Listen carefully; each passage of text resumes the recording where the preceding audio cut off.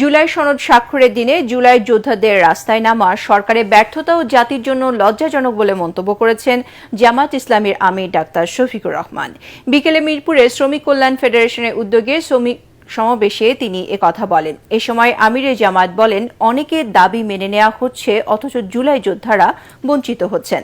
তার দাবি আগেও দুর্নীতি হয়েছে, এখনো হচ্ছে। তিনি বলেন, বাংলাদেশের ইতিহাসে জামায়াতের মতো আর কেউ এত জুলুমের শিকার হয়নি। জুলাই আন্দোলনের পর জামায়াত ইসলামী এখন পর্যন্ত কারো বিরুদ্ধে ব্যক্তিগত প্রতিশোধ নেয়নি বলেও উল্লেখ করেন শফিকুর রহমান। জামাত আগামীকে ক্ষমতায় গেলে সন্ত্রাস ও চাঁদাবাজ মুক্ত দেশ গঠন করার অঙ্গীকার করেন তিনি। সম্মানিত ভাইরা, অসংখ্য সহযোদ্ধা, তারা আহত হয়েছেন, পঙ্গু হয়েছেন।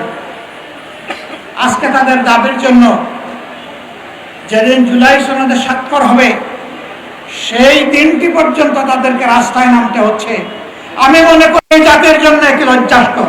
আমরা বারবার দাবি তুলেছি, সাংবিধানিক স্বীকৃতি দিন, তাদের প্রতি মর্যাদা দেখান, কিন্তু না, আমাদের ইন্টারিম সরকার তা দেখাতে ব্যর্থ হয়েছে বলেই আজকে তারা সংসদের দক্ষিণ প্লাজায় অবস্থান নিয়েছিল।